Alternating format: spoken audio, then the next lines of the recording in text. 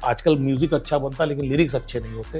ये कितने अजीब रिश्ते हैं यहाँ पे, दो पल मिलते हैं साथ साथ चलते हैं। और आदरणीय लता जी सामने मुस्कुराती हुई संबोधन करते हुए, अगर नाम ध्यान से निकल जाए तो कवि जी कह के बुलाती थी। इतने में एक दिन राम गोपाल वर्मा जी का फोन आया, where you, come to the office. जाके देखता हूँ कि एक पोस्टर लगा हुआ है इतना बड़ा, ऐसा पोस्टर ही नहीं देखा था जिंदगी में। तो उससे मुझे लगा कि ये जो चरित्र है ये भगवान कृष्ण जैसा चरित्र है। एग्जैक्टली ऐसे मैं बोला, बस आई नीड दिस ओनली।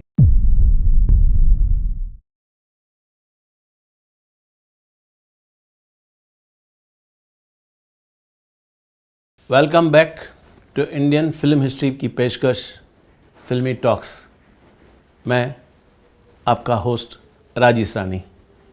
आज एक नए कलाकार, बहुत ही सुलझे हुए इंसान से मिलाने जा रहा हूँ, जिन्होंने बचपन से 5 साल की उम्र से लेखन चालू किया। लेखन के साथ साथ इनकी किताबें भी छपी।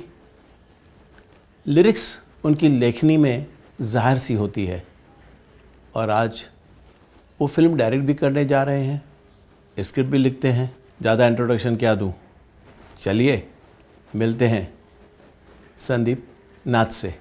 वेलकम संदीप जी, बहुत ही खुशी हुई आप जैसे व्यक्ति के साथ मुलाकात हो रही। Thank you sir. ये तो मेरी खुशनसीबी है कि आप जो काम कर रहे हैं इंडियन फिल्म हिस्ट्री को लेकर, इतना बड़ा काम है, इतना इम्पोर्टेंट काम है, उसके लिए आपने मुझे याद किया। तो मैंने कहा कि ये अपॉर्चुनिटी मुझे है, बिल्कुल मिल रही है, इसको ग्रैब करना चाहिए। और आप जैसी शख्सियत के साथ बातचीत करके जो हमने पहले बात की, बड़ा आनंद रहा। तो उम्मीद करते हैं कि अभी आगे भी बड़ा मज़ा रहेगा। आगे भी मज़ा आएगा। बस हम शुरुआत करना चाहेंगे आपके ज़िंदगी के पहले पड़ाव से, जो आपके बचपन से ज़िंदगी गुजरी, उसके बारे में थोड़ा ज्ञान दें। सर मेरी ज़िंदगी थोड़ी सी अनयूजुअल है इस मामले में। बचपन की जो बात आपने की, हमारा परिवार मूलतः पूर्वी बांग्लादेश, जो अब बांग्लादेश बन गया, पूर्वी बंगाल जिसको कहते हैं, वहाँ से बिलोंग करता है। उसमें एक डिस्ट्रिक्ट था खुलना, जो अब टूट के सातखीरे हो गया है। जब भारत का बंटवारा हुआ था तो 2 हिस्सों में हुआ था। एक पश्चिम की तरफ हुआ था जो पंजाब बटा था और सिंध बटा था, और एक पूरब की तरफ हुआ था जो बंगाल बटा था। तो हम लोग उस पूरब वाले हिस्से से आए। और 47 में मेरे फादर की एज 5-6 साल थी, वो सबसे छोटे थे अपनी फैमिली में। तो मेरे एक ताऊ जी जो इंडिया में आए, और उनको तब संयुक्त इंडिया में वो नौकरी करते थे डिफेंस में। तो वो उत्तर प्रदेश में प्रयागराज, जो तब इलाहाबाद कहलाता था, वहाँ आ गए। और छोटा भाई जैसे होता था बड़े भाई के पास रहने आ जाए, उस तरीके से मेरे पिताजी जो है इलाहाबाद में, यानी आपके प्रयागराज में आ गए। क्लास 5 या 6 से उनकी पढ़ाई वहाँ पर हुई टिल ग्रेजुएशन।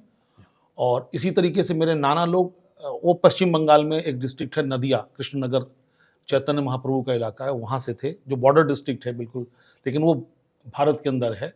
और वो लोग वो कानपुर आ गए थे, क्या कहते हैं, नौकरी के सिलसिले में। तो इस तरीके से हमारा परिवार यहाँ आ गया और मेरा जन्म उत्तर प्रदेश में हुआ। तो मूलतः बंगाली हूँ, लेकिन मैं पला बड़ा उत्तर प्रदेश में। और फिर वहीं मैं बड़ा होने के बाद मैंने लॉ ग्रेजुएट हुआ। हाँ, मैंने एकेडमिकली जो है लॉ ग्रेजुएट हूँ मैं। और बहुत सारे शहरों में मेरे फादर का ट्रांसफ़र होता रहता था, हर 2 साल में, 3 साल में, क्योंकि वो सेंट्रल एक्साइज में थे, सेंट्रल गवर्नमेंट की जॉब थी। तो मैं उत्तर प्रदेश के इलाहाबाद, कानपुर, लखनऊ, बनारस, मुरादाबाद, मेरठ, बिजनौर और मुजफ्फरनगर, और थोड़े समय नोएडा, इतने शहरों में मेरे फादर पोस्टेड रहे। अमरोहा भी एक जगह है जो पहले मुरादाबाद में डिस्ट्रिक्ट में थी, अब वो बाद में अलग से एक डिस्ट्रिक्ट बन गया है, अमरोहा, ज्योतिबा फुले नगर उसको डिस्ट्रिक्ट को कहते हैं। इन सब शहरों में हम लोग थोड़ा और ज़्यादा समय मिला के रहे। और उसके बाद मैं पढ़ाई कंप्लीट करके, मेरी कुछ दिनों में पुलिस में नौकरी की, लेकिन मुझे अच्छा नहीं लगी, तो मैंने वो नौकरी ट्रेनिंग पीरियड में ही छोड़ दी, यूपी पुलिस में। और उसके बाद फिर मैं लॉ कंप्लीट करने के बाद, अच्छा, मैं पढ़ाई के दौरान ही लिखता था अखबारों में कुछ कविताएं, गज़लें। तो फिर उसके जो एडिटर्स थे वो मुझे बहुत 12-13-14 साल की उम्र की बात है ये, हाई स्कूल के समय की बातें। तो उन लोगों ने मुझसे कहा कि तुम कुछ और भी लिख सकते हो क्या? तो मैंने उन्हें 1-2 टॉपिक लिख के दिए, तो उन्होंने छापना शुरू कर दिया। और मैं 14-15 साल की उम्र में कॉलम राइटर बन गया लोकल अखबारों में। और इस तरह से एक जर्नलिस्ट बन गया, मतलब इनडायरेक्टली, यानी फ्रीलांस जर्नलिस्ट बन गया। मुझे उन्होंने एक प्रेस क्लब का कार्ड भी दिया। तो जब प्रेस क्लब की मीटिंग होती थी वहाँ जाता था, मैं बड़ों को सुनता था, तो वो लोग मुझे काम देने लगे और कुछ पैसे भी मिलते थे। कभी 200 रुपये, कभी 300 रुपये मनी ऑर्डर आते थे। तो सर उस समय वो अच्छी खासी रकम होती थी बहुत और रकम। बड़ी बड़ी इज्जत, लोग कहते थे छोटा सा लड़का ये सब लिखता है। कुछ लोगों को लगता था शायद ये खुद लिखता नहीं, किसे लिखवाता था। मैंने कहा यार मेरे फादर के पास टाइम नहीं होता, वो सवेरे ऑफिस जाते रात में आते हैं, और उनकी हिंदी इतनी अच्छी नहीं थी क्योंकि वो बंगाल नहीं, से आए थे। बंगाली हाँ, है। वो उत्तर प्रदेश में पैदा नहीं हुए थे, उनकी इंग्लिश और बांग्ला अच्छी थी, हिंदी थी अच्छी, ठीक। लेकिन ऐसी नहीं थी कि अखबार में लिखी जा सके। जी।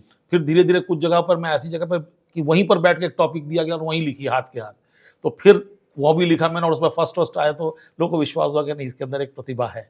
और इस तरीके से एक लेखन के प्रति जो है मेरा शौक चढ़ता गया। उसमें फिर कविताएं जुड़ गई, गज़लें जुड़ गई, आर्टिकल्स जुड़ गए, स्टोरीज जुड़ गई, और इस तरीके से मेरा एक रुझान इसकी तरफ चल पड़ा। फिर जब मैं दिल्ली आया तो वहाँ मुझे अखबार में नौकरी मिल गई और मैं दिन में वकालत करता था एज अ जूनियर लॉयर। मेरे मकान मालिक ही मेरे जो है लॉयर थे, गुरु भी थे वो। ओके। और वहाँ मेरे कई सारे बैचमेट्स जो है वहाँ वो प्रैक्टिस कर रहे थे एज अ जूनियर लॉयर। तो मैं दिन में 30 Hazari, Patiala house, कड़कर Duma, supreme court, high court जाया करता था, और शाम को मैं एक अखबार में एडिटोरियल डिपार्टमेंट में नौकरी करता था। तो 2 जॉब मैंने एक साथ की और बहुत सोची कितनी मेहनत करनी पड़ती होगी, सवेरे से लेकर शाम तक अदालत में, फिर शाम को 7 से रात को 1 बजे तक मैं अखबार की नौकरी, फिर 2 बजे आके मैं सोता था। और एक दिन हफ्ते में छुट्टी यहाँ मिलती थी और वहाँ कोर्ट से संडे को, या किसी दिन स्ट्राइक हो जाए या हाँ इस तरह से कुछ या हो जाए, नेशनल हॉलीडे हो जाए। हाँ ऐसे हो जाता था। जी। बट इस चीज़ ने मुझे सिखाया बहुत। आप समझ सकते हो कि अखबार में दुनिया भर की खबरें आती थीं, उनको पढ़ना, समझना, उसके अंदर कितनी बिटवीन द लाइन्स क्या है, फिर उसका हेडिंग बनाना, क्योंकि प्रिंट मीडिया में ऐसे ही करना होता। 300-400 अखबारों में से, खबरों में से मुझे 60-70 खबर छापनी होती थी, तो उसको छांटना, कौन सी खबर कितनी बड़ी होनी चाहिए, इसकी एक तमीज़, उसका एक लेआउट। दूसरी तरफ कोर्ट में जा रहे हो आप, वहाँ पर मुकदमे हो रहे हैं, लोगों की परेशानियाँ देख रहे हैं, और वो 30 हज़ारी जैसी बड़ी कोर्ट, पटियाला हाउस जैसी बड़ी कोर्ट, वहाँ पर एक ही कहानी के 2 वर्जन सुन रहे हैं। एक पक्ष कह रहा है कि ये गलत है, दूसरा पक्ष कह रहा है सही है। उसको लेके 2 वकील बात कर रहे हैं और बेसिकली वो कहानी सुना रहे हैं जज को, क्योंकि जज मौके पे नहीं जा रहा, और उसके लिए वो लोग सबूत पेश कर रहे हैं। करेक्ट। यहाँ सिनेमा भी हम लोग कहानी कहते हैं, गाने में भी हम लोग कहानी कहते हैं।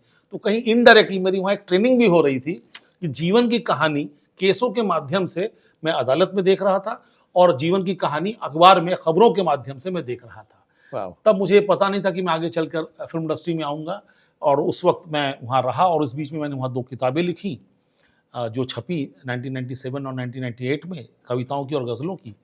उसके बाद मुझे लगा कि सर मैं यहाँ जो करता हूँ, इसकी धमक जो है, इसकी जो पहुँच है, कुछ 100 लोग, कुछ 1000 लोग तक जाती है, लिमिटेड है। अगर मैं फिल्मों में ये काम कर पाऊँ तो शायद इसकी पहुँच बहुत ज़्यादा हो सकती है। फिर इसमें एक बहुत नाटकीय घटना घटी कि एक मेरे परिचित हैं जो मुंबई में रहते थे, जो एक ज़माने में हमारे यहाँ रहते थे। उनकी हाई स्कूल की मार्कशीट खो गई। उसमें उस समय हाई स्कूल की मार्कशीट में डेट ऑफ बर्थ होती है। करेक्ट। तो उसके लिए उनको पासपोर्ट अपना रिन्यू कराने के लिए उसकी ज़रूरत थी। उन्होंने मेरा नाम लिखा और शहर का नाम लिखा, उनको क्योंकि एड्रेस बदल चुका था, और वो चिट्ठी घूमते घूमते हमारे घर आ गई, जिसमें उन्होंने अपना फ़ोन नंबर वगैरह दे दिया था, बॉम्बे का लैंडलाइन नंबर। तो मैंने उनको फ़ोन किया और उन्होंने बताया मेरा ये रोल नंबर था, लेकिन ये मुझे डुप्लीकेट मार्कशीट चाहिए। तो फिर मैं कॉलेज गया, बातचीत की, उसकी फ़ीस जमा की, फॉर्म भरा, और करके तो उनकी मार्कशीट आ गई और मैंने उनको वो भेजा, और इस बहाने उनसे मेरा फिर से एक जुड़ाव हो गया। वो कुछ ऐड जिंगल्स यहाँ कर चुके थे, काफ़ी पॉपुलर हो चुके थे, और एक बार मैं बड़ौदा घूमने आया तो मैं उस वक्त बॉम्बे आ गया एक दिन के लिए, और मैं उनके साथ बैठा। तो मैंने कहा यार बॉम्बे जैसा फिल्मों में दिखाते हैं वैसा तो दिख नहीं रहा है। बोले मैं कल तुमको टाउन ले चलूँगा। मैंने कहा टाउन मतलब ये क्या है? ये कौन सी बला है? सबब कहते हैं। तो हमको पहली बार पता चला उपनगर। हाँ सब जी। और टाउन ले चलूँगा। तो मैं पहली बार उनके साथ फिर सवेरे सर चर्च गेट, और चर्च गेट से उतर के फिर एक एड एजेंसी में गया। तो शीशे का ऑफिस, और वहाँ थोड़ा बॉम्बे डिफरेंट दिखा, अलग अलग तरीके का, फोर्ट वोर्ट का एरिया दिखा, वो सब बिल्डिंग्स दिखी, हाई कोर्ट की बिल्डिंग वो सब दिखी। मैंने हाँ ये बिल्डिंग, फिर वो मेरिन ड्राइव दिखा मुझे बाद में। मैंने कहा हाँ ये तो फिल्मों में देखा है मैंने। तो वहाँ अलग बॉम्बे दिखा। और फिर मैं जब एड एजेंसी के अंदर गया तो मुझे लोग भी अलग दिखे, सब अंग्रेज़ी में बात कर रहे थे, और उनका पहनावा, ओढ़ना, उनका स्टाइल, बहुत सारी चीज़ें अलग थी। मतलब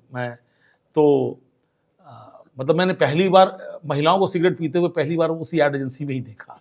इसको लेके कोई ऑफेंडेड ना हो, मतलब मेरा पहला एक्सपीरियंस था। That's the fact. हाँ, that was the fact. First time I have seen कि महिलाएं सिगरेट पीने, मैंने यूपी में देखा नहीं था कभी। मैंने बीड़ी पीती हुई, हुक्का पीती हुई कुछ बुजुर्ग औरतें तो देखी थी, हाँ, लेकिन मैंने इस तरह से नहीं देखा था। और बड़ा इंटरेस्टिंग था कि एक ही लाइटर से मेल फीमेल दोनों सिगरेट जला ले रहे हैं। तो मुझे वो अजीब भी लगा और अनोखा भी लगा।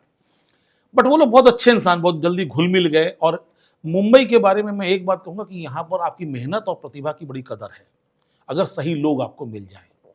तो वहाँ पर उन लोगों ने मुझसे थोड़ी देर बात करके समझ गया कि इस आदमी को हिंदी तो आती है ठीक से, और उनका कमज़ोर पक्ष हिंदी था, वो लोग अंग्रेज़ी के खिलाड़ी थे। अच्छा, उन दिनों हिंदी में ऐड बनने का बहुत प्रचलन आ गया था जी। अगर आपको याद होगा, जी, जी। 98-99 की बात के आसपास की बात है। तो उन्होंने कहा कि हमको 3 ऑडियो विजुअल बनाने हैं जी। और वो फ़िल्मी धुन पे बनाने हैं, तो उन्होंने ब्रीफ़ दिया। अच्छा, तब तक उनको पता नहीं था कि मैं इतना राइटर आप बढ़िया राइटर हूँ, तो वो उनको ब्रीफ़ दे रहे थे। और वहाँ से बाहर निकले, मैंने कहा यार अच्छा एक चीज़ और, मैं यार भूख लग रही, क्योंकि इन लोगों को सिर्फ चाय, कॉफ़ी और बिस्किट ही खिलाए जा रहे थे, ये तो भूख लग गई। तो बोले चलो ले चलते तुम एक रेस्टोरेंट में, यहाँ बहुत सुंदर उडुपी रेस्टोरेंट में गए, वहाँ डोसा-वोसा खाया। फिर मैंने उससे जो एक कागज़ माँगा वेटर से, तो उसने वो जो रसीद वाली पर्ची होती है एक पुरानी, वो फाड़ के दी। उसी पे मैंने जो उन्होंने ब्रीफ दिया था वो लिखना शुरू किया, और थोड़ी देर बाद जो मेरे साथ दादा गए थे उनको दिखाया, बोला अरे ये तो तुमने एकदम वैसा लिख दिया। तो मैं तो राइटिंग करता हूँ। बोला अरे वाह। और वहाँ से लेकर घर वापस आने तक मैंने 3 ऑडियो विजुअल बना दिए, फिर उनको फेयर किया और फेयर करके फैक्स किया, और वो वहाँ से अप्रूव हो गया। वाह। और अगले दिन मैं स्टूडियो के अंदर रिकॉर्डिंग देख रहा था, और फिर मैं वहाँ से देख-दाख के सब चीज़ वापस आया, और 15,000 रुपए के चेक मुझे 5-5 हज़ार रुपए प्रति उसके हिसाब से मुझे मिले, जो एक बड़ी रकम थी उत्तर प्रदेश के लोगों के हिसाब से। मेरे फादर की क्लास 1 ऑफिसर, तो उनकी सैलरी 4-5 हज़ार रुपए महीने की थी। He was a gazetted officer at that time. Correct. और यहाँ 15,000 रुपए हमको 1 डेढ़ घंटे के अंदर के काम से। तो ये मान के चलें कि आपको तो इतनी स्ट्रगल करनी ही नहीं पड़ी। नहीं सर, करनी पड़ी। कैसे? अभी आप तो खुद ही बोल रहे हैं कि हाँ, ये काम मिल गया, ये- लेकिन इस काम ने क्या किया, इस काम ने मेरे मन में एक कीड़ा डाल दिया, जो उत्साह कि मुझे मुंबई आना चाहिए। फिर मैंने उसके बाद जो कंप्लीट की पढ़ाई, दिल्ली में रहा, ये उसके पहले ही हो गया था। फिर जब मैं मुंबई आया, तो चूंकि ये लोग परिचित हो चुके थे, मेरा काम देख चुके थे, तो मुझे इतने ऐसे काम मिलने लगे कि मेरा सर्वाइवल की प्रॉब्लम खत्म हो गई, कि किराया कहाँ से दूंगा, मुझे घर से पैसे मंगाने की जरूरत नहीं पड़ी। जी। मुझे अच्छा कपड़ा खरीदना है, जूता खरीदना, ये खर्चे मेरे ऐड से आने लगे। और लगभग 2-2.5 साल तक मैं ये एड्स वगैरह लिख, प्लस मैंने 2 किताबें लिख रखी थी दिल्ली में, वो मेरे साथ रहती थी। जी। तो वो जब मैं किसी को दिखाता था, तो वो देख के अच्छे से बात करता था, चाय पिलाता था, वो ठीक चेक करता था, उसमें मेरी फोटो लगी हुई थी, ये सब। तो कि वो एक प्रकार का आइडेंटिफिकेशन था, वो प्रूफ था कि ये आदमी सच में लिखा है। बट इस लेखन से उसको जो लेखन की जरूरत है, वो कितना मैं कर पाऊंगा, वो एक मन में सवाल मेरे भी रहता था, उसके भी रहता था। तो लेकिन वही है कि जहाँ चाह वहाँ राह, और वो मुझे ऐड मिलते गए, और इस तरीके से मेरा काम शुरू हुआ इंडस्ट्री में, और शुरुआती जो है मेरा समय निकलता चला गया। और फिर कई बड़े लोग, मतलब आर्टिस्ट जो अब बहुत बड़े आर्टिस्ट हैं, जैसे सुनिधि चौहान, श्रेया घोषाल, इन सब लोगों ने मेरे लिखे हुए ऐड गाए। और विनय मांडके एक बहुत बड़े सिंगर थे, जो एड्स की दुनिया में बहुत बड़ा नाम था, उन्होंने, विनय दादा ने मेरे कई सारे एड्स गाए।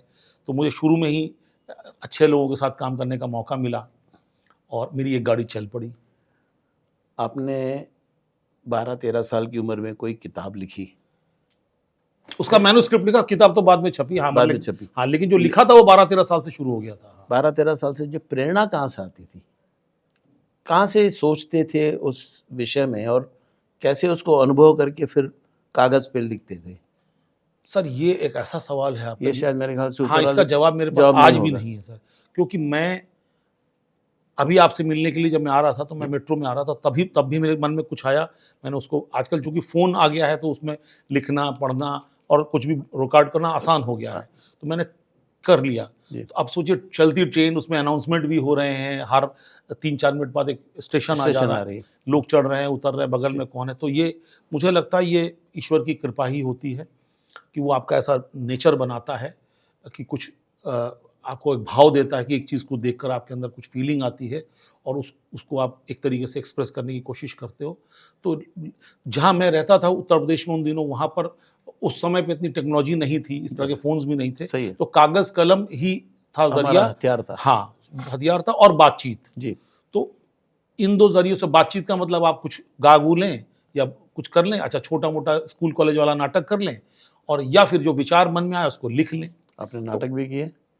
छोटे मोटे जो स्कूल कॉलेज किए, एज अ राइटर और एज अ नहीं, एज ए राइटर एक्टर दोनों सर। वो अच्छा, दोनों वहाँ कर, वो टीचर लोग, इनफैक्ट मुझे तो लगभग सभी नाटकों में रहता था। जैसे एक नाटक शुरू हो गया, तो पिछले नाटक का कॉस्ट्यूम बदल के मैं बाद में एंट्री लेता था। मुझे इस तरह से रोल दिया जाता था कि पर्दा खुला, नाटक स्टार्ट हुआ और मेरी एंट्री 2-3 मिनट के बाद है, तब तक मैं अपना कॉस्ट्यूम चेंज कर लेता था। लेकिन उसको जो कोडिफाई तरीके से लिखने की आपने बात की, उस पर मैं एक घटना बताता हूँ कि पहले समय पे अगर आपको याद होगा तो डायरीज होती थी, बहुत सुंदर-सुंदर डायरीज। जी। तो उस समय मेरे फादर को भी लोग वो खुद भी खरीदते थे और लोग डायरी गिफ्ट करते थे। गिफ्ट भी देते थे। डायरी और पेन और किताब था रिवाज, बहुत फैशन था उस समय। फैशन था। जी, आज जी। चीज़ें दूसरी दी जाती जी, हैं, जी। तब ये दी जाती थी। तो वो डायरियाँ बड़ी कलरफुल होती थी। अब उनको 4-5 डायरी होती थी, तो मैं वेट करता था जैसे ही 31 दिसंबर हो जाए तो वो डायरी मैं ले लूँ।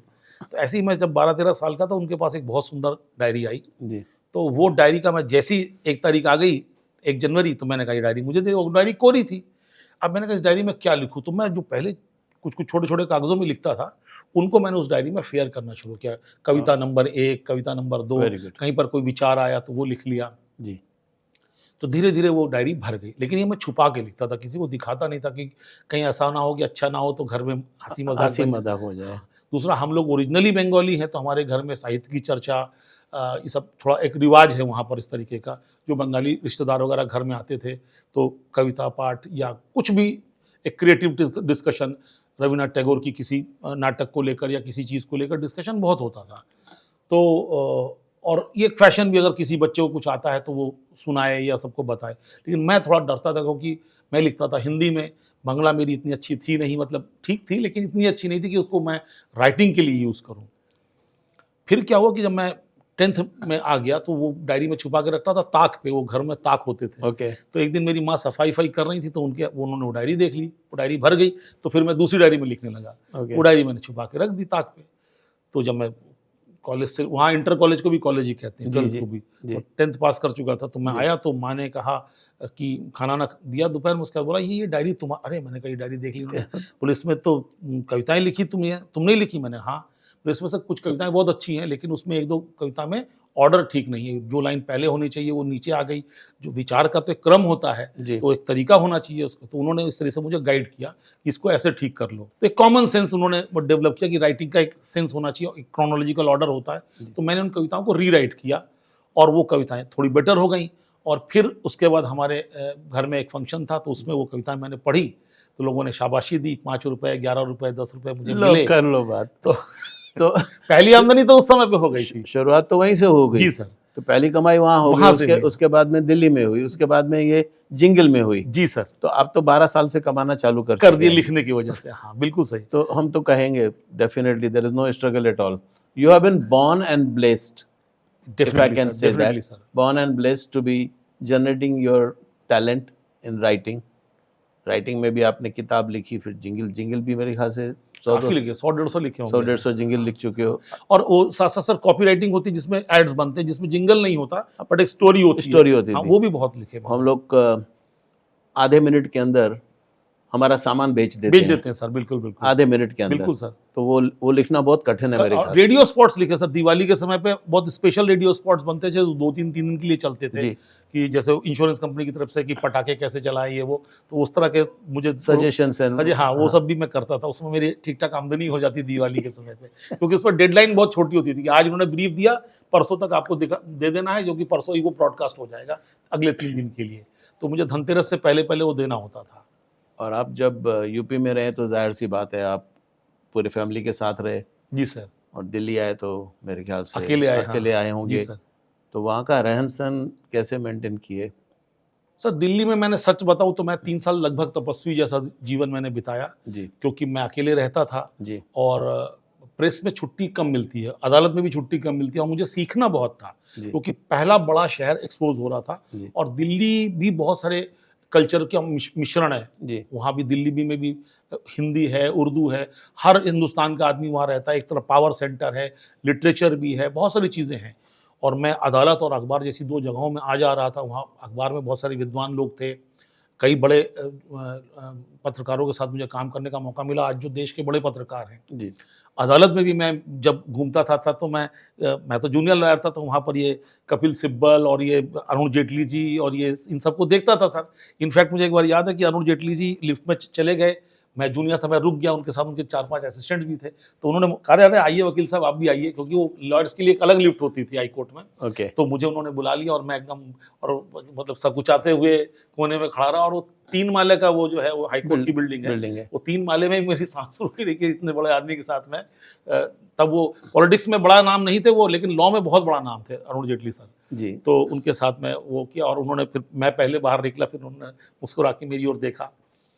इसमें दिल्ली के जर्नी में आपके पिताजी का कोई सपोर्ट और बैकअप कुछ? नहीं सर, क्योंकि वो तो यूपी में अपनी नौकरी कर रहे थे, और जी। सरकारी नौकरी ईमानदारी से करना मतलब आपको 14 घंटा समय देना होता था। ओके। तो मैं तो अकेले आया था सर, मैं बहुत कम छुट्टियां मिलती थी, तो मैं घर आता था 1 दिन 2 दिन के लिए, और फिर जो है फिर मैं अपने काम में लग जाता था। तो वो 3 साल मैंने बहुत पढ़ा, बहुत लोगों से बातचीत की, बहुत सोचा।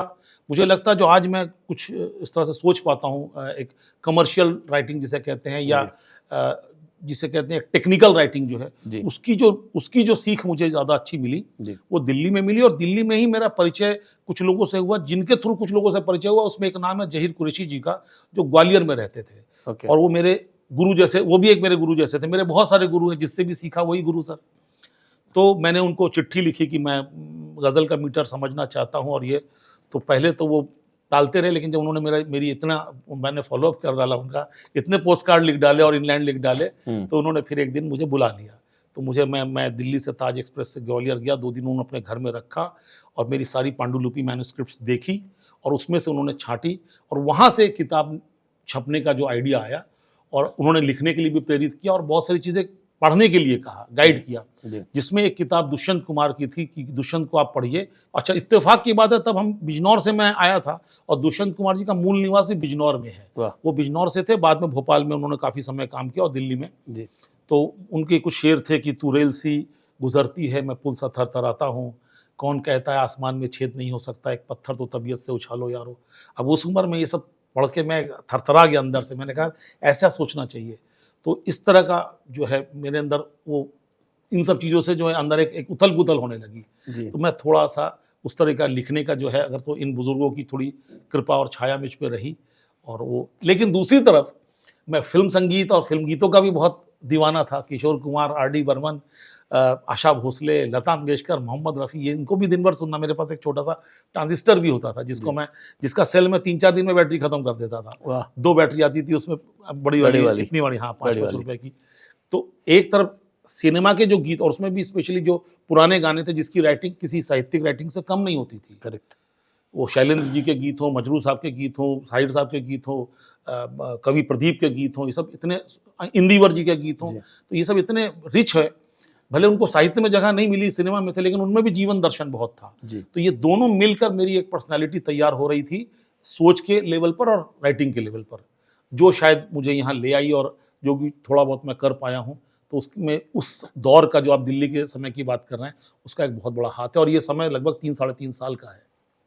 जिंगल करते करते फिल्म का रुख और रोड कहाँ से मिला? क्योंकि सर जिंगल जब करते तो उसमें कभी कभी फिल्म के लोग भी इन्वॉल्व हो जाते थे, फॉर कोई गाने के लिए आ गया, कोई इस तरीके से आ गया, तो वहाँ पर अच्छा उस समय पर सिंगर्स आ जाते थे, उनके साथ 1-2 मैनेजर वगैरह भी आ जाते थे। ओके। हाँ, तो वो पूछते थे और क्या लिखते हो, क्या करते हो। ओके। तो इस तरीके से एक परिचय हो जाता था। तो इस तरीके से 1-2 लोगों से, जो असिस्टेंट डायरेक्टर होते थे एड्स में, वो लोग फिल्मों में भी काम करते थे, जैसे उनको वहाँ काम मिल गया, तो ऐसे इस तरीके से कुछ परिचय सूत्र बनते थे। और एक मेरे को परिचय मिला, सुशांत सिंह एक एक्टर थे, एक सुशांत सिंह राजपूत हैं और एक सुशांत सिंह हैं, जो साउथर्न इंडिया में एंकरिंग करते थे, वो बिजनौर से थे ओरिजिनली। तो वो राम वो शायद सिंटा के जनरल सेक्रेटरी काफी समय तक। हाँ जी सर, तो वो भी बिजनौर से हैं, और उनके मामा मेरे दोस्त थे। तो एक बार मैं छुट्टी में जब बिजनौर गया, तो बॉम्बे आने के बाद, तो बातचीत होने लगी, हम लोग सब दोस्त मिले, तो उन्होंने कहा मेरा भांजा है, वो उसने जंगल पिक्चर में काम किया राम गोपाल वर्मा के साथ, एक्टर है, ऐसा ऐसा। अरे तो मैंने कहा एक चिट्ठी लिख दीजिए उसके लिए। तो उन्होंने उसको एक चिट्ठी लिख के दी। अब मैंने आके जब उसको फ़ोन किया, तो वो डर गया, उसको लगा कोई स्ट्रगलर होगा, मुझे परेशान करेगा। तो उसने मुझसे पूछा कि आप करते क्या हो। तो मैंने, अच्छा, इस बीच में मैंने एक कंपनी ज्वाइन कर ली थी यहाँ पर। मुझे लगा ऐसे स्ट्रगल करना ठीक नहीं है, तो एक कंपनी भी ज्वाइन कर ली थी, लेकिन वो कंपनी बनाती थी CD ROMs, तब एक कैटलॉग की जगह पर। तो मेरी वहाँ भी ट्रेनिंग हो रही थी। मैंने पहली बार बीटा टेप देखा, मैंने पहली बार देखा शूटिंग कैसे होती है, लेकिन वो ज़्यादातर इंडस्ट्रियल शूटिंग होती थी, फैक्ट्रीज की फैक्ट्रीज शूटिंग होती थी। हाँ, तो कॉन्सेप्ट टू कमिश्निंग पूरा, तो मैंने बहुत बड़ी बड़ी कॉर्पोरेट फिल्म आईसीआईसीआई के लिए बनाई, आपके गुजरात की कई बड़ी कंपनी थी वेल्सपन, उसके लिए 3-4 बनाई, Okay. काफ़ी छोटी कंपनियों के लिए भी बनाई। तो सीखने का प्रोसेस यहाँ भी चल रहा था। Correct. यहाँ पर मैं शूटिंग, स्क्रिप्टिंग, वॉइस ओवर ये सब सीख रहा था कि कैसे होता है। Correct. सिर्फ उसमें हीरो हीरोइन नहीं होते थे, उसमें हीरो हीरोइन होती थी कंपनी, मशीनें, फैक्ट्री, वहाँ का स्टाफ, इस तरह से प्रेसिडेंट, यहाँ से Exactly, मैनेजर्स, हाँ। जनरल मैनेजर्स, एमडी का एक स्पीच होता था उसके अंदर, ये सब चीज़ें। हाँ, जी, और उसमें सारी चीज़ें, एनिमेशन, ग्राफिक्स भी यूज़ होते थे कि उनका बैलेंस शीट वगैरह, तो बहुत सारी चीज़ सीखने को मिल रही थी और उसके पैसे भी मिल रहे थे। तो वो मैं तब यहाँ नौकरी मैंने ज्वाइन कर ली थी, तो वो मैं उनको फ़ोन करता रहा। फिर उन्होंने मुझसे पूछा तुम करते क्या हो, तो मैंने कहा मैं तो नौकरी करता हूँ। तो उनका अच्छा, इसका मतलब फिल्म वाला आदमी नहीं जान है। छुट्टी। तो उन्होंने एक दिन मुझे दोपहर में बुला लिया घर पे। ओके, तो मैं उनके यहाँ पहुँच गया। पहुँचा तो फिर मैंने उनको वो चिट्ठी दी जो उनके, अच्छा इस बीच में इतनी बार बात हो चुकी थी, इस चिट्ठी की क्या ज़रूरत है, लेकिन उस चिट्ठी में कुछ ऐसा लिख दिया था उन्होंने मेरे बारे में कि तुम इनको जानते नहीं हो, लेकिन हम लोग इनको जानते, तो इनको बहुत रेस्पेक्ट के साथ इनके साथ तुम पेश आना। तो उसने कहा यार ऐसा क्यों लिखा, कैसी क्या बात है तुम्हारे अंदर। तो मुझे तो पता नहीं, तो क्या करते हो आप ये कहो। मैं तो नौकरी करता हूँ, वैसे मैं कुछ 2 किताबें लिखी हैं, और बोल के मैंने बैग से दोनों किताबें निकाली। किताब देखते उन्होंने कहा अरे आप तो राइटर हो। अरे यार वो राम गोपाल वर्मा को तो राइटर की ज़रूरत है। तो एक काम करता हूँ, मैं आपको एक नंबर देता हूँ प्रवाल पांडे का, उनके चीफ असिस्टेंट है, और उनसे आप बात कर लेना मेरा नाम लेके, और मैं उसको बोल भी दूंगा। और फिर मैंने प्रवाल पांडे से फ़ोन किया, प्रवाल पांडे मुझे मिले, और बस उसके बाद बस रेस्ट इज, वो चूँकि चीफ असिस्टेंट थे राम गोपाल वर्मा के, फिर मैंने राम गोपाल वर्मा जी से मिल लिया। और उस समय राम गोपाल वर्मा जी बहुत फिल्में बनाते थे एक साथ लगातार, और उनको 2 मिनट लगा मुझे समझने में कि ये हिंदी अच्छी जानता है।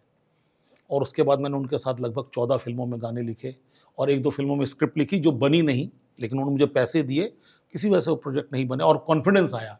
वहीं पर मेरी मुलाकात मनोज बाजपेयी से हुई, वहीं मेरी मुलाकात विवेक ओबराय से हुई, वहीं मेरी मुलाकात अनुराग कश्यप से हुई, वहीं मेरी मुलाकात सौरभ जी से हुई। तो ये सब लोग आते जाते थे, और भी बहुत सारे लोगों से जो इंडस्ट्री में आज बड़े नाम हैं अलग अलग कैपेसिटी में, तो सबसे, और खुद अपने आप में राम गोपाल वर्मा इतने बड़े आदमी उस समय, हाँ एक स्कूल ही है, स्कूल थे सर। हाँ, तो वो उनके साथ मेरा बहुत इंटरेक्शन होता था। वो जब भी फ्री होते थे बुला लेते थे, और किसी एक कोई कहानी सुना के पूछते थे ये कैसा लग रहा है, या जैसे हिंदी शब्द का किसी का मतलब, जैसे निशब्द जब उनको टाइटल आया तो उन्होंने मुझे फ़ोन किया कि what is the meaning of निशब्द, इज इज साइलेंट, मैंने सर स्पीचलेस। ओ, अच्छा, तो ये साइलेंट और स्पीचलेस का जो डिफरेंस है उनको क्लियर हो गया। तब उतना गूगल वगैरह था नहीं। करेक्ट, तो आदमी, हम लोग ही गूगल थे। हाँ, मतलब मुझे भी डर लग रहा था कि रामू जी ने कुछ पूछ लिया और अगर मैं जवाब नहीं दे पाया तो बड़ी बेइज्जती हो जाएगी, लेकिन भगवान की कृपा से ऐसा हुआ नहीं। उन्होंने जब भी 4-5 बार मुझसे कुछ पूछा तो मेरे पास उसका जवाब था, और वो उनको मिला। फिर इस तरह से मेरा फिल्मी सफ़र, रामू जी से परिचय हो गया, और उन्होंने अपनी फिल्म भूत में मुझे गाना लिखने के लिए दे दिया, और वहाँ से मेरी वो पहली फिल्म रिलीज़ थी। फिर इस तरीके से मेरा सफ़र शुरू हो गया, और एक के बाद जो है आगे बढ़ते गए। सर, राम गोपाल वर्मा की बात करते हुए, जहाँ आपने पहला फिल्म का गाना लिखा, कहते हैं कि गाने जब लिखे जाते हैं तो पहले तो गाने लिख के उसके बाद में तर्ज बनती है और उसके बाद में गाया जाता है, पर कई बोलते हैं कि पहले म्यूज़िक बन जाती है और उसके ऊपर हम लोग को लाइनें लिखनी पड़ती है। क्या सच है? सर ज़्यादातर मेरे हिस्से में तो पहले तर्ज लिखी बनी, और उसके बाद मुझे लिखना पड़ा, जब तक मैंने एज ए गीतकार काम किया जी। तो।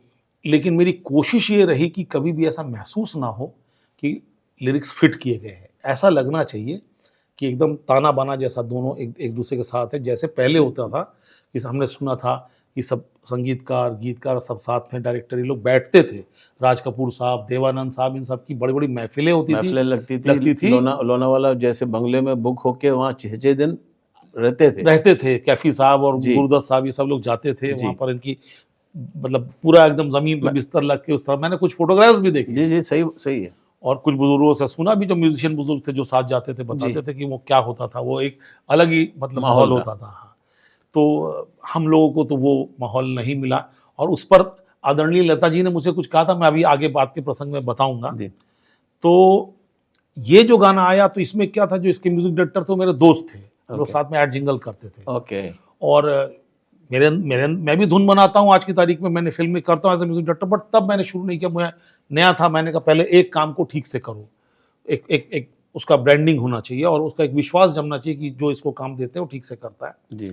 तो हमने साथ में उन्होंने सिचुएशन दे दी थी और कि इस तरह का कुछ है जो थोड़ी सी कॉम्प्लिकेटेड थी, बट हम लोग साथ में बैठे और हमने डिस्कस करते हुए साथ साथ गाने को बनाया। मतलब साथ में मैं कुछ लिख रहा हूँ, साथ में कुछ धुन आ रही है तो साथ साथ, लेकिन मैंने ज़्यादातर गाने, लगभग 95% से भी ज़्यादा गाने धुन पर लिखे हैं। धुन पे लिखे हैं या लिखने पे धुन बनी? नहीं, धुन पे लिखे हैं। धुन पे धुन लिखे। पहले मुझे मिली ओके। और आजकल तो धुन ईमेल से आ जाती है, व्हाट्सएप में आ जाती है, ईमेल से आ जाती है, जी। इसको सुन लीजिए। जी। फिर ब्रीफ कई बार जो है वो व्हाट्सएप पे आता है, रिकॉर्ड किया हुआ मैसेज, जी। ये हमारा कुछ ब्रीफ है और एक आधा रेफरेंस रहे तो रहे, जी। और फिर हमको अंदाज लगा के इन सबसे लिखना होता है। और भगवान की कृपा से मेरा 99.9% जो है वो पहली बार में ओके हो जाता है। कभी कोई छोटा मोटा एक आध वर्ड कुछ मुझको ही लगा कि यार मैं ऑल्टरनेटिव लिख देता हूँ, ये भी कर सकते, ये भी कर सकते, तो आप चुन लो। तो उसमें फिर डायरेक्टर, म्यूजिक डायरेक्टर की हमको ये बेटर लग रहा तो ये रख लेते हैं। पहला गाना कौन सा लिखा? तो पहला गाना जो रिलीज हुआ वो भूत का ही था। भूत। अच्छा, और एक मजेदार बात, जिस दिन भूत हमको ये रामू जी ने फिल्म दी, उसी दिन मुझे एक और फिल्म मिली जिसका नाम है पैसा वसूल। क्या था, मनीषा कोइराला जी उसकी प्रोड्यूसर थी। ओके। और उन्होंने एक्टिंग भी की थी। तो मनीषा कोइराला जी का जो भाई था सिद्धार्थ कोइराला, वो भी मेरा दोस्त बन गया था कुछ कॉमन फ्रेंड्स के थ्रू जी। तो मैं बीच बीच में उनके घर भी जाता था। मनीषा जी तो शूटिंग के लिए बाहर रहती थी, वो रहता था घर पे, तो वो मुझसे कुछ कहानी वहानी को लेकर डिस्कस करता था। तो उन दिनों VHS पे इंग्लिश फिल्में देख के उसको हिंदी में तोड़ने का बड़ा रिवाज था। तो वो दौर ऐसा चल रहा था, 2001-2 की बात बता रहा हूँ। करेक्ट। तो वो मुझसे पूछता था इस फिल्म को अगर हिंदी में तोड़ेंगे तो कैसा लगेगा, क्या लगेगा, इस तरह का डिस्कशन होता। अच्छा, मैं चूंकि देसी परिवेश से आया था, उत्तर भारत से आया था, मैं मुझे उतना हॉलीवुड मेरे लिए एक्सपोज नहीं था, तो मेरे लिए वो एक चीज़ें नहीं होती थी यार इंग्लिश फिल्मों में कैसे बन रही है। इनफैक्ट वो सबटाइटल उन दिनों इतना आते नहीं थे, तो मैं 2-3 बार क्या कहा इसने जरा बताओ, तो फिर क्योंकि अंग्रेजी मेरी समझ में नहीं आती थी, तो उन्होंने बताया ये सीन ऐसा, ये कहना चाह रहा। अच्छा। पहले मैं देखने से पहले फिल्म की कहानी सुन लेता था जिससे मुझे फिल्म देखते हुए थोड़ा समझ में आए। तो ये भी एक प्रकार की ट्रेनिंग हो रही थी। तो हम लोग काफ़ी चर्चा करते रहते। तो एक दिन जो है मैं ऐसे ही उनके यहाँ था, इतने में मनीषा जी का शायद जल्दी पैकअप हो गया, वो आ गई, उनसे परिचय कराया। तो बोला, अरे तुम्हारे बारे में इसने बहुत बार कहा है कि तुम बहुत अच्छा लिखते हो, ये है वो है। तो उन्होंने बैठ के मेरे साथ वहीं में मतलब बैठ गई तुरंत ही, उन्होंने और काम छोड़ दिया और 1 घंटा बातचीत की। और उन्होंने एक बातों में कहा कि मैं जब अपनी फिल्म बनाऊंगी तो मेरे गाने तुम ही लिखोगे। तो मुझे लगा इन्होंने शायद मन रखने के लिए ऐसा कह दिया हो। ठीक है। उसके बाद जिस दिन ये रामू जी वाली घटना घटी, उसी दिन उसके भाई का बर्थडे था। ओके। तो दिन में ये बात हुई कि ये गाना हम लोग को करना है, और शाम को उनके बर्थडे पे हम लोग चले गए। मैं गया और अपने साथ में बाबू टूट भी मेरे साथ गए, और बर्थडे में मतलब मनीषा जी और उनकी माँ सब हमको सब परोस रही, इतनी बड़ी हीरोइन वो सब, क्योंकि भाई का दोस्त है। ज़्यादा लोग थे नहीं उस समय तक, हम लोग शाम को ही गए थे। जब हम निकलने लगे तो देखा रामू जी चले आ रहे हैं। ओके। तो रामू जी ने कहा, अरे तुम लोग क्या कर रहे हो? तो उन्होंने कहा, मेरी फिल्म के लिए गाना लिखेगा। बोला, अच्छा, मैंने मेरा लिखेगा कि इनका लिखेगा? बोला, तो इस तरह से दोनों एक ही दिन में रामू जी के साथ और शाम को मनीषा जी के साथ वो डील डन हुई। मनीषा जी ने एक लिफाफा दिया मुझे, चेक दिया और उसमें तिलक लगा के दिया कि भाई के बर्थडे के दिन तुमको साइनिंग देती हूँ।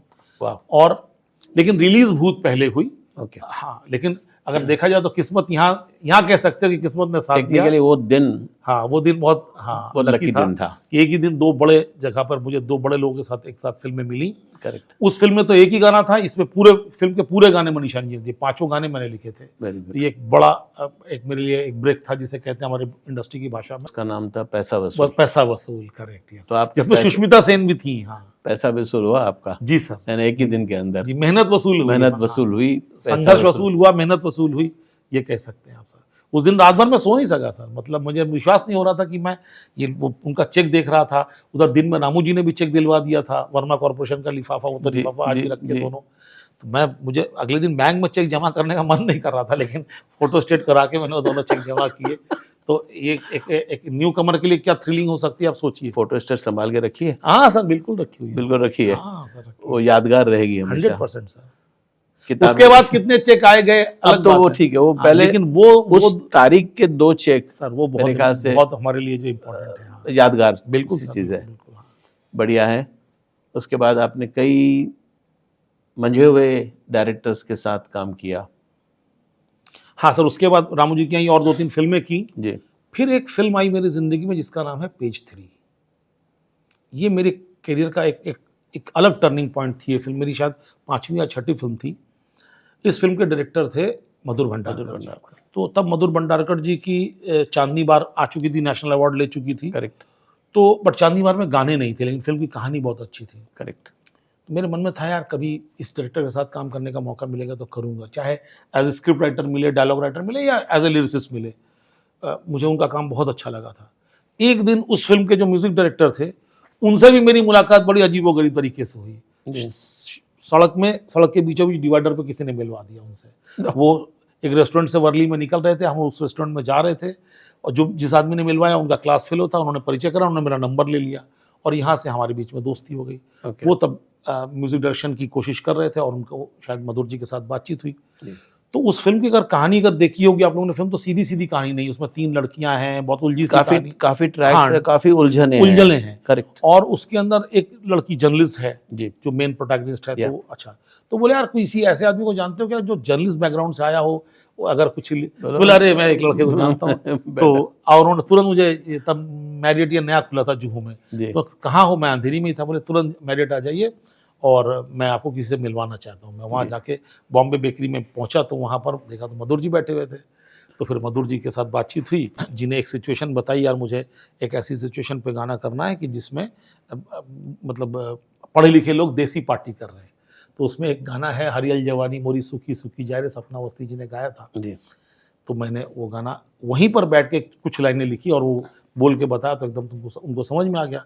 फिर शाम को मैं और शमीर बैठे और उसको उन्होंने कंपोज वगैरह किया फाइनल, और 3-4 दिन के अंदर वो गाना रिकॉर्ड हो गया। और रिकॉर्ड होते वक्त क्या हुआ, स्टूडियो बड़ा माहौल बन गया। ओके, हाँ, माहौल बहुत बना, मतलब सिंगर को मज़ा आया गाते हुए और बड़ा एक माहौल सा बन गया। तो मेरे को जो है बड़ा मज़ा आया कि मतलब अब तक जो हम लोग गाने कर रहे थे, जो की थी मैंने फिल्म में, उसमें सिंगर बाजी मार रहे थे, ये बाजी मार रहे थे। इस बार ऐसा हो यार ये हरियल, ये वर्ड कहाँ से लाए, ये बड़ी वहाँ स्टूडियो में चर्चा हुई क्योंकि वो बड़ा देसी गाना था, देसी शब्द इस्तेमाल हुआ। हाँ, तो वो मेरा जोन था बहुत ज़्यादा जो मैंने उसमें इस्तेमाल किया था, मतलब वो और लोग जनरली करते नहीं हैं। करेक्ट। तो उस दिन मेरा एक अलग हिसाब किताब बना। फिर उस दिन शाम को फिर बैठे खाना खाने, तो वो बोले कि मैं मधुर जी सब सेलिब्रेट करेंगे, मतलब अब रिकॉर्डिंग शुरू हो गई, फिल्म शुरू हो रही है, प्रोड्यूसर भी थे बॉबी पुष्करना। तो खाते खाते उन्होंने बताया यार मैं फिल्म में एक थीम सॉन्ग चाहता हूँ।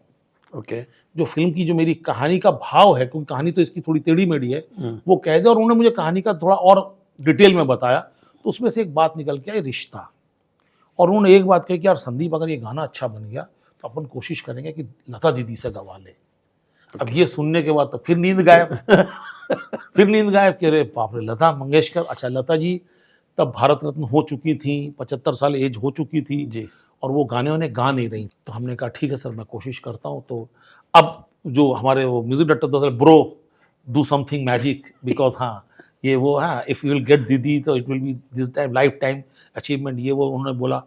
तो मैंने सर मैं कोशिश, और मैं थोड़ा प्रेशर में आ गया, मतलब मैं भूल गया कि 5 पिक्चर कर चुका हूँ और ये सब, मैं एकदम हाथ पर कांपने लगा। लेकिन मैंने जो ब्रीफ था, जो कहानी की डिमांड थी, ईमानदारी से उसके हिसाब से मैंने गाना लिख दिया कि कितने अजीब रिश्ते हैं यहाँ पे, 2 पल मिलते हैं, साथ साथ चलते हैं, जब मोड़ आए तो बच के निकलते हैं, कितने अजीब रिश्ते हैं यहाँ पे। फिर वो उसको संडे के दिन क्या कहते हैं, मैं और शमीर गाड़ी में घूम रहे थे, तब ये लोखंडवाला वगैरह एकदम सन्नाटा होता था दोपहर में। ये यशराज की गली, तब यशराज का ऑफिस भी नहीं बना था और इस गली में लोग भी नहीं होते थे सर, वो एक सिर्फ सुभाष घई जी का ऑफिस था और 1-2 बिल्डिंग्स थी। तो इसमें हम लोग घूम रहे थे, ऐसे घूमते घूमते घूमते कुछ, और वो जो बोला था वो बार बार कुछ हम लोग छोटा टेप रिकॉर्डर में रिकॉर्ड करते जा रहे थे, करते करते एक गाने का खाका बन गया। फिर हम लोगों ने शाम को मधुर जी को फ़ोन किया, बोला यार चले आओ। तो जाके उनको सुना, बोला अच्छा तो लग रहा है। फिर इस तरह से उसका हम लोगों ने स्क्रैच बनाया। अब इस बीच में दीदी के यहाँ पर संपर्क किया गया, तो दीदी के यहाँ पर कोई मिस्टर देश पांडे थे, उनके सेक्रेटरी थे। तो उनसे कई दिनों के बाद संपर्क हुआ, तो उन्होंने पहले ही कहा कि देखो आजकल म्यूज़िक अच्छा बनता है लेकिन लिरिक्स अच्छे नहीं होते, और लिरिक्स अच्छा ना हो तो दीदी गाना नहीं गाती, इसलिए दीदी ने गाना कम कर दिया कि घटिया लिरिक्स आ जाते हैं। तो और मेरे को टेंशन यार, और गाना पूरा चाहिए, वो मुखड़ा भेजोगे नहीं, हमको पूरा कंप्लीट गाना चाहिए, तभी दीदी डिसाइड करती हैं। तो फिर हमने उसके अंतरे बनाए, कंप्लीट किया गाना। कंप्लीट करने के बाद जब गाना भेजा गया तो 3-4 दिन तक जवाब नहीं आया, मतलब अब फ़ोन भी नहीं कर पाता, धुकुर हम एक दूसरे से पूछ रहे कुछ बात हुई क्या, कुछ बात हुई क्या, कुछ बात हुई क्या। 4 दिन के बाद देश पांडे जी का फ़ोन आया कि आप लोग ज़रा आइए, दीदी मिलना चाहती हैं। तो सर हम तीनों जो है यहाँ से पेडर रोड पहुँचे, और आदरणीय लता जी सामने मुस्कुराती हुई, उनकी मुस्कुराहट बड़ी अच्छी है सर, बड़ी प्यारी मुस्कुराहट है। जी। आवाज़ जितनी सुंदर गाने में है, बोलने में भी उतनी मीठी आवाज़ है, और उनका सेंस ऑफ ह्यूमर भी बहुत अच्छा है। ओके। वो बहुत कंफर्टेबल कर देती हैं, और इतनी पारखी नज़र है कि कौन आदमी कैसा, वो एकदम समझ जाती हैं। तो उनको समझ में आ गया कि कौन कैसा है। और मुझे कभी कभी वो नाम भूल जाती थी तो प्यार से कवि जी कह देती थी, संबोधन करते हुए अगर नाम ध्यान से निकल जाए तो कवि जी कह के बुलाती थी। तो चाय वाय हुई, नाश्ता वास्ता हुआ, और उन्होंने कहा मैं ये गाना गा दूंगी, मेरी अभी तबीयत ठीक नहीं, लेकिन आप लोग घबराइएगा मत, थोड़ा समय लूँगी, लेकिन मुझे ये गाना अच्छा लगा है। तो एक एश्योरेंस मिला, मैं तुरंत नीचे उतरा, उतरते ही मैंने अपनी मदर को फ़ोन लगाया। तब मेरे पास नोकिया का छोटा फ़ोन होता था कि माँ जानती हूँ मैं कहाँ से आ रहा हूँ, मैं अभी पेडर रोड में जो है प्रभु कुंज बिल्डिंग है, और वहाँ से लता जी के घर से उनसे मिल के आ रहा हूँ। तो एक नए आदमी जिसने अभी 2-3 साल 4 साल ही वो इंडस्ट्री में आए, मुझे लग रहा था कुछ अपने आप कैसा हो रहा है ये। अच्छा, ये इसके बाद ये सब चलने लगा, ये सब रिकॉर्डिंग की प्रक्रिया। लता जी ने उस गाने को गाने में कुछ समय लिया, उनका स्वास्थ्य ठीक नहीं था, लेकिन इस बीच में वो 2-3 बार स्टूडियो में आई, दादर से अंधेरी, और हमारे एक रूम के अंदर सोचिए लता जी, मैं और शमीर टंडन बैठे हुए हैं, और एक 1.5 घंटा बातचीत हुई जी। तो उसमें उन्होंने बातों बातों में मुझसे कहा कि कवि जी, मुझे लगता है आप 20 साल लेट आए इंडस्ट्री में। क्यों भाई? क्योंकि अब अच्छी फिल्में नहीं बनती, अच्छी सिचुएशन नहीं होती, तो गाने लिखने का इतना अच्छा स्कोप नहीं है। शायद 20 साल पहले आते तो आपको और अच्छा मिलता, जो आपके अंदर प्रतिभा है। लेकिन दूसरी बात मैं कहूँगी कि यही आपका टेस्ट है कि इस हालत में आप कैसे अच्छे गाने लिख सकते हैं। तो एक इतनी बड़ी शख्सियत से मुझे एक बहुत बड़ा सूत्रवाक्य, वेरी लार्ज कॉम्प्लीमेंट, हाँ, सूत्रवाक्य मिला। एक तरफ तारीफ भी मिली, और एक तरफ आगे के लिए कैसे काम करना है उसका एक सूत्र भी मिला। तो इस तरीके से वो गाना रिकॉर्ड हुआ। वो मुझे आज भी तारीख याद है, 26 जून 2004 को वो आई। उस दिन दीदी का बॉडी लैंग्वेज एकदम अलग था।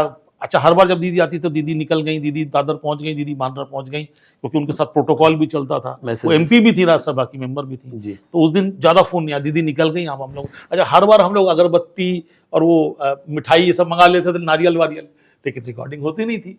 इस बार मंगाया नहीं हमने, उससे पहले दीदी आ जाए एक बार कन्फर्म। दीदी उस दिन आई तो एकदम, दीदी ने आते ही वो जो कैसेट में गाना दिया गया था, उन्होंने ये अपना कैसेट लीजिए, ये मेरा जो पेपर लिख के दिया तो ये आप अपना रखिए। उन्होंने बड़ा बड़ा एक पेपर पे, 3 पेपर पे स्केच पेन से लिखवा के लाई थी, जिससे उनको पढ़ने में आसानी रहे जी। और वो सब था उनके पास। वैसे तो वो गाना बाय हार्ट कर लिया था उन्होंने, 90% को याद ही था, लेकिन कभी कोई सेफ्टी के लिए अपने हिसाब से लिखवा के लाई थी।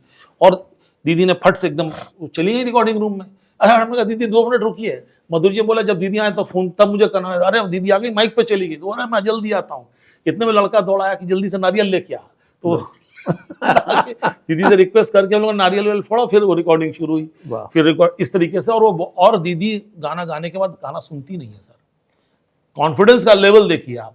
गाना गाया, निकली वो रिकॉर्डिंग रूम से और सीधा गाड़ी की तरफ दौड़ के समीकरण से। अब तो चेक, अच्छा चेक उनका आदमी नहीं ले रहा था, बोले नहीं जब तक। फिर दीदी ने इशारा किया कि अब ले लो भाई, जब मैंने काम कर दिया। ये देखिए पुराने लोगों का उसूल, वरना यहाँ तो पहले लोग कहते ट्रांसफर कर दो बाद में काम करेंगे। वहाँ उनको कितनी बार कहा गया कि एश्योरिटी हो जाएगी, अगर पैसा ले लेंगे तो गाना हो जाएगा, लेकिन दीदी ने उन्होंने मना कर दिया कि नहीं पैसा नहीं, पहले काम तो कर दूं। आज की तारीख में इवेंट पे भी जाते हैं या कोई जॉब पे जाते हैं तो पहले पैसे ट्रांसफर करो, तो मैं बाद में घर से निकलूंगा। हाँ, तो वही बता रहा हूं, ये मसला चल रहा है हाँ जी। तो लेकिन अब ये सब चीजें हमारे साथ घटित हुई। अच्छा, अब ये रिकॉर्डिंग हो गई तो इससे थोड़ा एक तो अपने अंदर कॉन्फिडेंस बहुत आ कि लता जी अपना गाना गा गई, मतलब हाँ, मतलब अब टॉप ऑफ द वर्ल्ड, हाँ, मतलब अब क्या चाहिए। अच्छा, इत्तेफाक देखिए उसी फिल्म के अंदर फिर एक सबकी जो हसरतें बढ़ गई, एक और गाना बना कि उसको आशा जी से गवा लिया जाए, हुजूर हुजूर आला। और आशा जी, उस वक्त एक नई घटना घटी, आशा जी अमेरिका में थी, फिल्म का रिलीज आ गया, नजदीक था, तैयारी चल रही थी, और फिल्म वो बजट वाइज बहुत बड़ी फिल्म नहीं थी क्योंकि बड़े स्टार्स नहीं थे। तो ये हुआ कि आशा जी से गवाया जाए। तो आशा जी से बात की गई फोन पे। तो तब तो ये व्हाट्सएप कॉल नहीं होती थी, तब तो हाँ, तब तो ISD कॉल होती थी। तो टाइमिंग मैच करके उनसे बातचीत की गई। तो उन्होंने कहा ठीक है गाना भेज दो यहाँ पर, मैं यहीं गा के भेजती हूँ क्योंकि मैं तो यहाँ से हिल नहीं सकती। तो फिर गाना, हाँ सर, गाना उसको तैयार करके पूरा उनका स्केल उसके लेकर इंटरनेट से भेजा गया। पहली बार ऐसा हुआ था, पहला गाना था, इंटरनेट से गाना भेजा गया। वहाँ वो गाना खुला। अब आशा जी ने बाद में आके बताया कि वहाँ ना तो लिरिसिस्ट, ना कंपोजर, रिकॉर्डिस्ट मेरा अंग्रेज, उसको हिंदी आती नहीं। तो उन्होंने गाने के 4-5 वर्जन गा के भेज दिए, हुजूर आला, हुजूर वाला, ये वो कोई लाइन ऐसी है तो उसको और दूसरे स्टाइल में, तीसरे, जिससे कि तुम लोग कट पेस्ट कर लेना, मेरी तरफ से कमी ना रह जाए। वाह। तो उन्होंने जब गाना खो 4-5 गाने का मटेरियल वर्जन आ गए। वर्जन आ गए, मतलब एक लाइन को एकदम 2-3 तरीके से गा के भेज दिया कि मैं एक आध जगह ऐसी जगह भी ले लेती हूँ, यहाँ मींड ले लेती हूँ। और वो कितनी बड़ी खिलाड़ी है, मतलब गायकी में आप लोग सब पूरी दुनिया, हाँ, एक्सप्रेशन की क्वीन है वो। तो उन्होंने अपनी तरफ से बहुत सारा एक्सप्रेशन दे के भेजा। जो हमारा ड्राफ्ट था वो तो किया, उन्होंने कर ही दिया, उसके अलावा भी करके भेज दिया। जब हम लोगों ने गाना खोला तो 3-4 गाने खुल गए। फिर हम लोग को काटने छाटने में तब एडिटिंग इतनी अच्छी करके वो गाना हुआ, तैयार हुआ। तो अब आप सोचिए फिर कि कितनी बड़ी किस्मत है कि एक ही फिल्म में आशा जी और लता जी दोनों एक साथ मिल गए हम लोग को। और ये मेरी कैरियर की 5वीं-6वीं फिल्म थी। अच्छा, ये फिल्म की कंप्लीट हो गई, इसकी अभी रिलीज की तरफ बढ़ रहे हैं। इतने में एक दिन राम गोपाल वर्मा जी का फोन आया, where you, come to the office. मैंने कहा अच्छा, चला गया। जाके देखता हूँ कि एक पोस्टर लगा हुआ है इतना बड़ा, अमिताभ बच्चन, काली ड्रेस, तिलक, ये हाथ में रुद्राक्ष ऐसे करके, और नीचे लिखा हुआ सरकार। तो मैं तो एकदम मेस्मराइज्ड हो गया, ऐसा पोस्टर ही नहीं देखा था जिंदगी में, बच्चन साहब का ऐसा रूप ही नहीं देखा था। वो मैं ऐसे देखने लगा, रामू जी ने मेरी और ऐसे तिरछी नजर से देखा, हाउ इट इज। मैंने sir it is out of the word, what is this sir, it's a very different character. तो उन्होंने फिर मुझे कैरेक्टर के बारे में थोड़ा ब्रीफ किया और बताया कि इसके लिए आपको गाने करने हैं। तो ये मेरे समझ में आ गया कि इस फिल्म का जो जॉनर है वो बड़ा ड्रामा टाइप का है। अब कैसे गाना होगा, लार्जर देन लाइफ कैरेक्टर है। तो सोचता गया, 1-2 चीज़ें बनाई, सुनाई। उन्होंने कहा अच्छा है, एप्रोप्रिएट है, बट कुछ और हो सकता है। अच्छा, रामू जी हमेशा छोड़ देते हैं, मतलब जिससे कि और हाँ उड़ सके, उड़ान देते हैं, फ्रीडम उस समय पर। तो हमारे साथ तो उनका ऐसा ही था। तो ठीक है, सोचते हैं।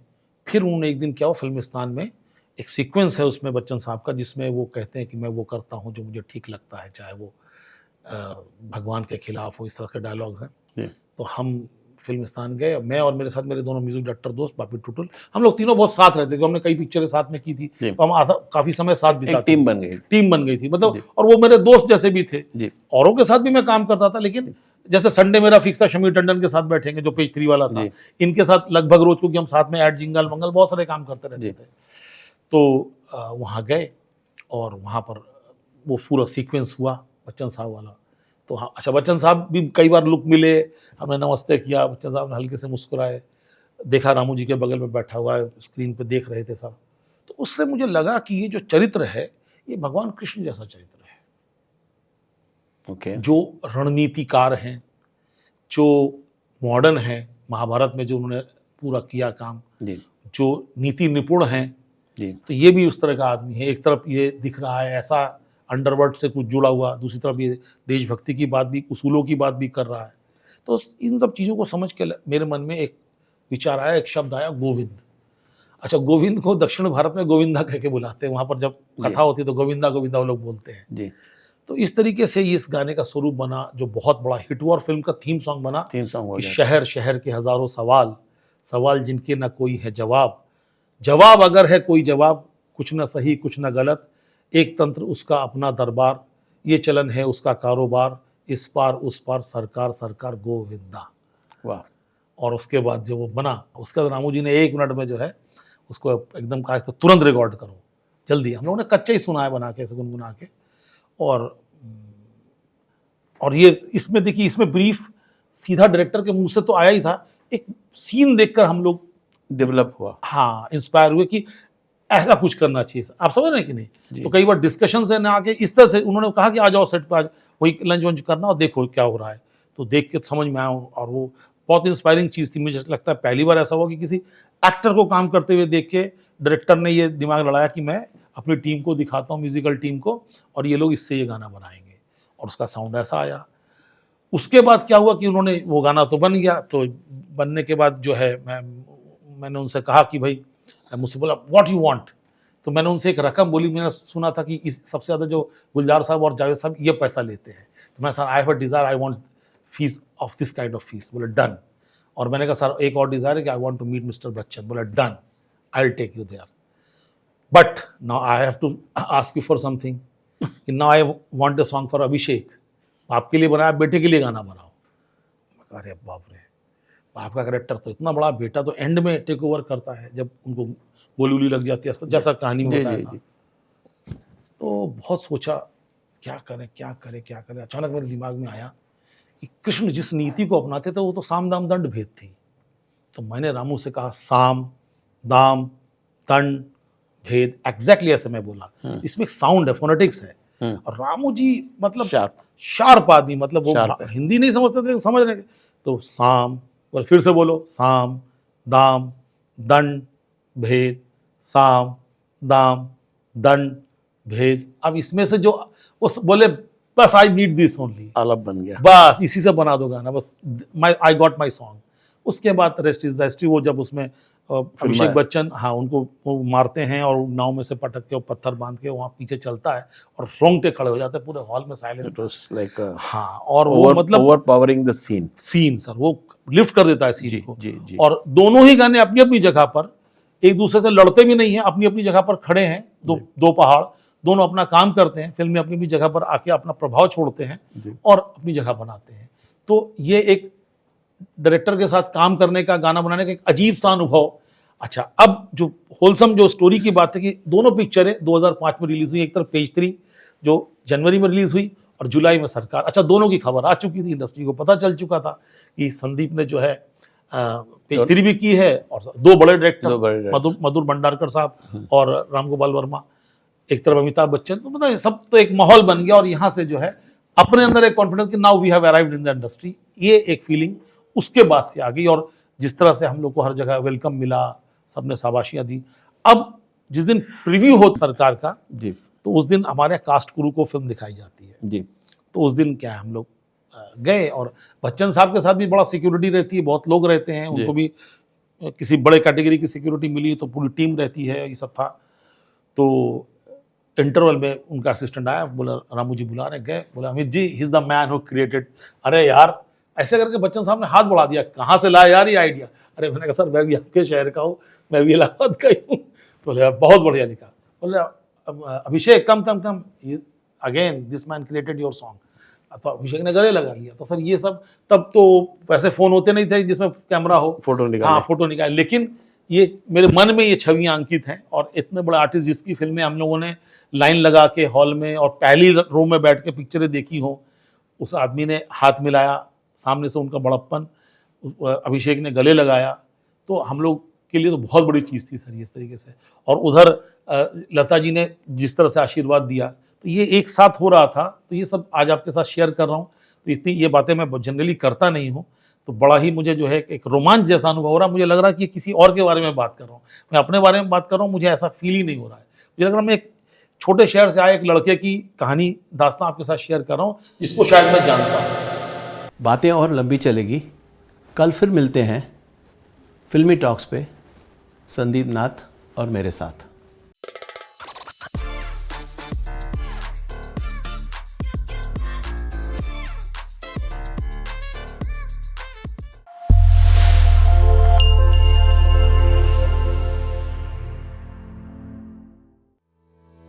फिल्मों की ताजा खबरें क्यों मिस करना? अभी सब्सक्राइब करो इंडियन फिल्म हिस्ट्री और अंदर की बातें जानो। बॉलीवुड की दुनिया का टिकट बस एक क्लिक दूर। बॉलीवुड के बिना रह नहीं सकते? फिल्मी शॉर्ट्स ऐप डाउनलोड करें और चलते फिरते मनोरंजन का मजा लें। झटपट, चटपटी और पूरी बॉलीवुड वाली खबरें। फिल्मी शॉर्ट्स ऐप iOS और एंड्रॉइड दोनों पर मौजूद है। एंटरटेनमेंट की दुनिया में चांस पाने का एक आसान तरीका, फिल्मी जॉब्स ऐप अभी डाउनलोड करें और बॉलीवुड की दुनिया में कदम रखें। Available for iOS and Android devices, please download Filmy Jobs app.